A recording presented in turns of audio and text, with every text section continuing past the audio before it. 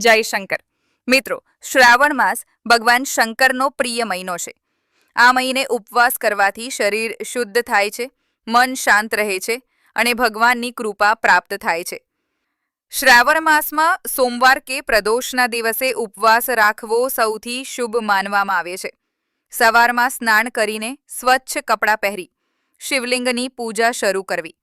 પૂજા વિધિ: શિવલિંગ પર ગંગાજળ, કાચું દૂધ, મધ અને બિલ્વપત્ર અર્પણ કરવું. હા નમઃ શિવાય મંત્રનો જપ કરવો. દીવો પ્રગટાવી ધૂપ દીપ અર્પણ કરવું.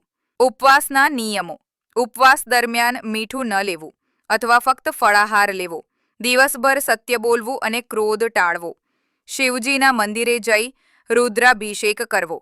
ઉપવાસના લાભો: ભગવાન શંકરની વિશેષ કૃપા મળે છે. મનમાં શાંતિ અને ઘરમાં સુખ સમૃદ્ધિ આવે છે.